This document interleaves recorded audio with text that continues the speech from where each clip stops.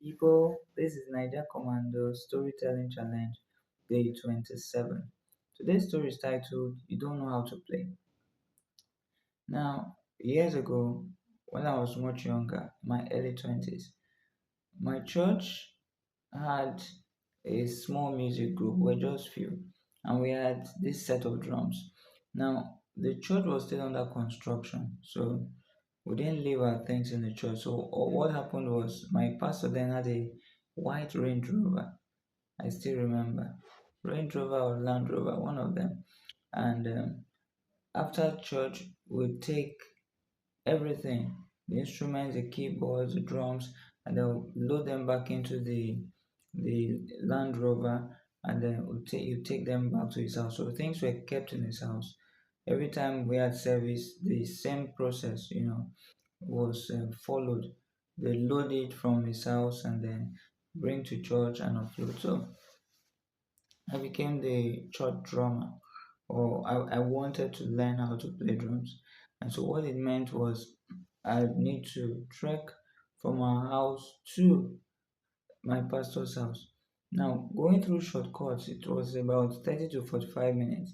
So, what I'll do is I'll trek from my house, pass through the shortcut, through the Yola airport, through the Air Force base. There was a way we connected it and then connect it to Damilo. Yeah, that place was called Damilo in Yola.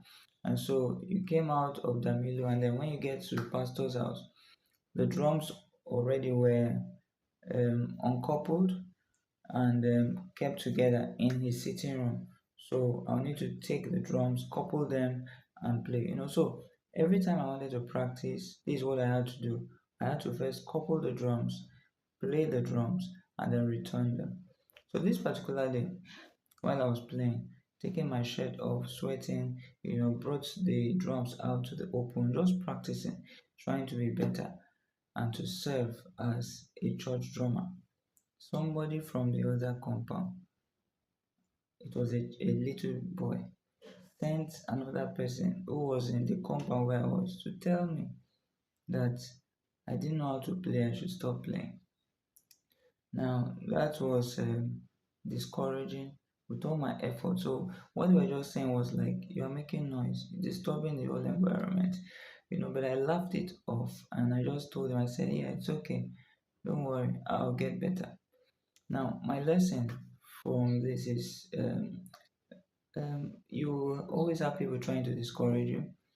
I remember back then I still went on, and when the drummer who was in church then left, I ended up being the church drummer. I was like that for a couple of years before I went on to other duties and another person took over. So, what I'm saying is that if I'd listened to that person that said I couldn't play, so I should stop, then I would have stopped.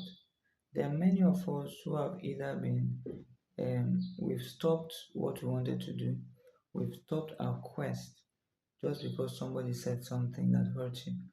We've stopped our drive for greatness just because somebody offended you or because they told you you could not do it and so you gave up.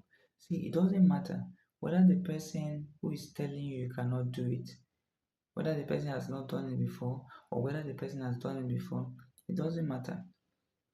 Most people who are great today were probably told that at one point or another that they couldn't do it, or situations made it look to them as if they couldn't ever do it. So don't ever take those limitations, don't take those pushbacks for a final word in your life. No, they will tell you you cannot do it. They will tell you you're not good enough. They will tell you you don't have what it takes. They will tell you you don't have the face. They will tell you you don't have the voice. They will tell you you don't have you're not of the tribe. They will tell you you don't have the composure. They will tell you you don't have the mental acumen or the intellect. But don't take no for an answer. Keep pushing. And someday, the same people who told you you couldn't do it will find ways to explain how on earth you were able to do it. This has been Niger Commando Storytelling Challenge.